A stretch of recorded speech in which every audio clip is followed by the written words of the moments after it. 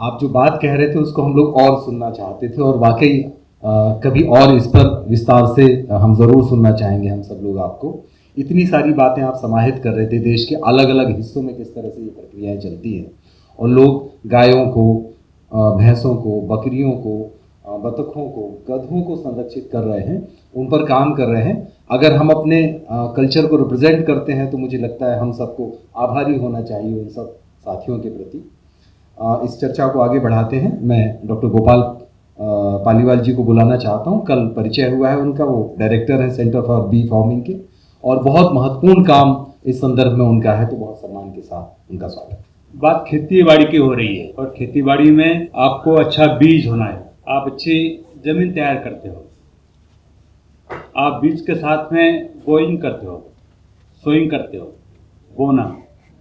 बोने के बाद में अच्छी बरसात आती है, बरसात के बाद में आप उसमें खाद डालते हो, चाहे जैविक हो चाहे रासायनिक हो। उसके बाद में यदि कोई कीड़ आ जाए तो उस पर आप स्प्रेइंग करते हो। उसके बाद में आपका फसल बहरता है, फूलों पे आता है, और फूलों पे आने के बाद में आपके खेतीबाड़ी में मधुमक्खियाँ नहीं है तो आपकी फसल कमज़ोर हो जाती है। यदि मधुमक्खियाँ है तो आपकी फसल 27 से 227% तक बढ़ जाती है। फिर खेती में की हुई मेहनत आपको फल देती है। मधुमक्खी इस फॉरेस्ट इकोसिस्टम का, एग्रीकल्चर इकोसिस्टम का एक अविभाज्य अंग है। पिछले सनातन काल से मधुमक्खियां फूलों पे जाती है, पराग सिंचन की क्रिया करती है, नेक्टर पोलन जमा करती है, और उन फूलों का फलन करवाती है। फूलों का फलन होना यानी खेतीबाड़ी में उपज बढ़ना।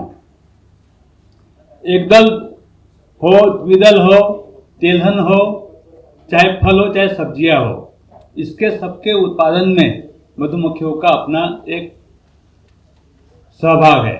इस सहभाग को अपने को बनाए रखना है। लेकिन पिछले 72 साल में दुनिया की 45% मधुमक्खियां खत्म हो चुकी है, और अगले 20 साल में हो सकता है कि दुनिया की सभी मधुमक्खियां खत्म हो जाएगी। तो ये बड़ा एक अलार्मिंग सिचुएशन है। हमको मधुमक्खियों के कंजर्वेशन के लिए, उसके बढ़ाने के लिए काम करना चाहिए। नेचर में 4 प्रकार की मधुमक्खियां हैं, एपिडोर्सेटा, एपिस्फोरिया, एपिसेराना, एपिस मिलिफेरा। चारों प्रकार की मधुमक्खियां अलग अलग फूलों पे जाके, चाहे घास को फूल हो चाहे बड़े पेड़ को फूल हो, छोटे छोटे फूलों से लेकर तो बड़े फूलों तक ये मधुमक्खियों का निर्माण इस नेचर ने किया है। इस नेचर ने इस मधुमक्खियों का निर्माण परागन की क्रिया पूरी करने के लिए किया है। कोई भी पेड़ को फल ऐसे ही नहीं लग जाता, उस फूल का फलन होता है। फलन होने के बाद में वहाँ बीज बनते हैं, फलियां बनती है, सब्जियां लगती है, और आपके फल लगते हैं। तो इसीलिए मधुमक्खियों को आपको बचाना पड़ेगा। देश में करीब करीब 50 करोड़ हेक्टेयर जमीन एग्रीकल्चर में यूज होती है, चाहे रबी हो, खरीफ हो और तीसरी फसल हो।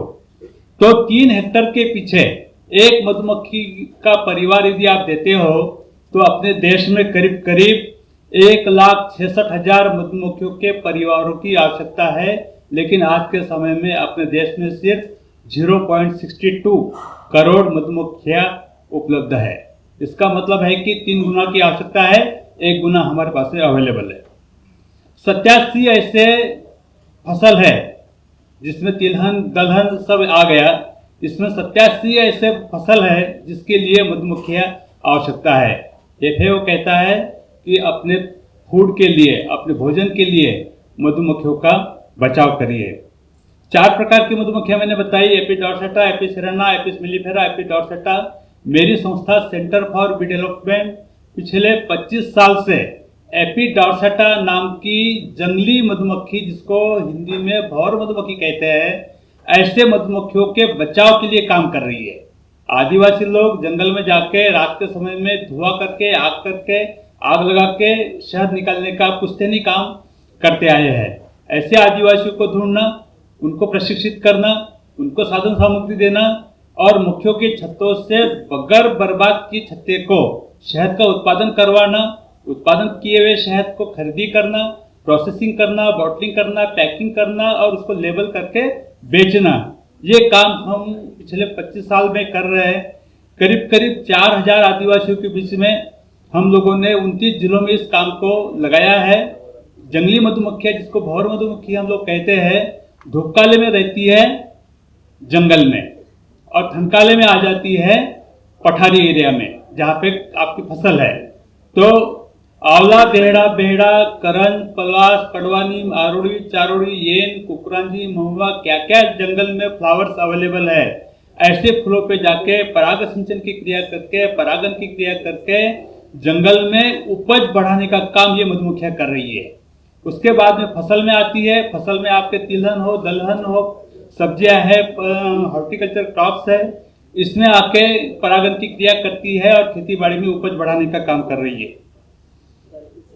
यूरोप में 2012 में एक सर्वे हुआ कि यूरोप के 12 कंट्रीज में कितनी मधुमक्खियां अवेलेबल है।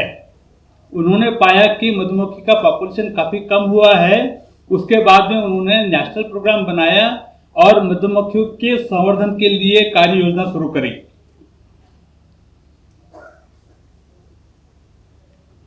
हमारे क्लाइमेट चेंज का काफी मधुमक्खियों पे असर हुआ है। आज से 15 साल पहले जब बीटी कॉटन नहीं था, एसटी कॉटन नहीं था, तो ठनकाले के मौसम में हमारे एरिया में करीब करीब 100 क्विंटल शहद फसल से आती थी। फसल के फूलों से मकरंद परागकण जमा करके मधुमक्खियों ने शहद बनाना और वो शहद आदिवासियों ने उत्पादन करना और वो शहद हमारे ऑफिस में आना। ऐसे 100 क्विंटल शहद का उत्पादन होता था। अभी 100 ग्राम भी नहीं हो रहा है। इसके लिए मोनोकल्चर क्रॉपिंग पैटर्न जो हमारे खेती बाड़ी में हमने चला रखा है, उसके वजह से मधुमक्खियों का विलुप्त होना अभी हो रहा है। हमको कीटनाशक, तणनाशक का इस्तेमाल बहुत समझतापूर्ण करना पड़ेगा। यदि हम समझतापूर्ण नहीं करेंगे तो खेती बाड़ी में अब परागन करने के लिए आपको कीट अवेलेबल नहीं रहेगा। तो एक उदाहरण है मेरे पास में। एक बोम्बटकर जी करके वर्धा में रहते हैं, काश्तकार है। 3 एकड़ में उन्होंने सहजन की खेती लगाई थी। तो सहजन की खेती को 4-5 साल के बाद में फ्लावर्स आने शुरू हो जाते हैं।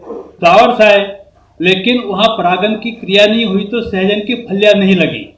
फिर मेरे ऑफिस में आए, उन्होंने पूछा मुझे कि आपके पास मधुमक्खियाँ हैं, आप मुझे मधुमक्खियाँ किराए से दीजिए। तो हमने उनको 3 मधुमक्खियों की पेटियाँ किराए से दी। किराए से देने के बाद में उन्होंने अपने खेती में 3 पेटियों को रखा, 3 परिवार मधुमक्खियों के परिवार को रखा और ऐसा हुआ कि उनके पास में उनके सहजन के खेती में इतनी फसल आई, इतनी फलियाँ लगी कि बाद में मेरे पास में आए, सर बोले अब इसको बेचूं कहाँ, इतनी फसल बढ़ गई। तो कहने का मतलब है कि मधुमक्खियाँ खेती बाड़ी में फलन की क्रिया करती है, फूलों का फलन होता है, इसलिए बीज बनते हैं, इसलिए फलियाँ लगती है। इसलिए आपके फसल में 27 से 227% तक उत्पन्न बढ़ता है। इसके लिए मधुमक्खी को बचाओ और खेती को अच्छी उन्नत करो। Thank you so much.